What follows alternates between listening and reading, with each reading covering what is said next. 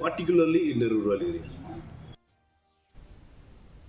Khasi Author Society lani KAS kan ra ekamat ban penrung ya ketin khasi bat Garo Shanong ba Delhi kabakilele la sopos nementa ban yo jing itu ya ketin hapok ritisin syari lengba ki seminar bat ki jing yaki u presiden ke Khasi Author Society u ba DRL Nonglat ulang ba ka senjuk menta ka kwa ban ra ya ka surjong pat ba Shanong ba Delhi da ka penlong ya national seminar halor ke ketin khasi language bat ka thok katar khasi ha ka art kundai ba lai putrik unai lur Kiriu sampang jong kathok katar khasi kan thup yakin ngikai jong ki skol ba nakaleng ki benta jong kari lakmi lenti bakin ye wan ye sim benta lang ha kan ka seminar ban ye sam ye ki buj halor kumnu ban kenti ye ketin bat kathok katar khasi kumju ru ban banjur ya ka jing dawa ban itu ye ketin khasi bat Garo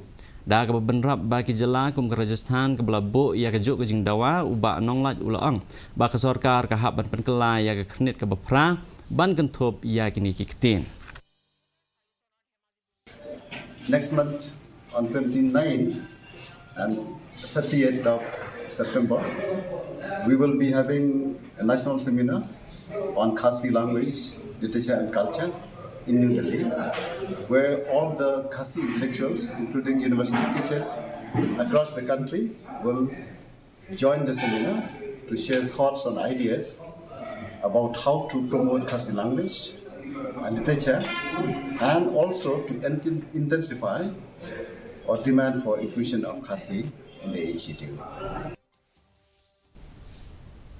Kumsi benta ban kemau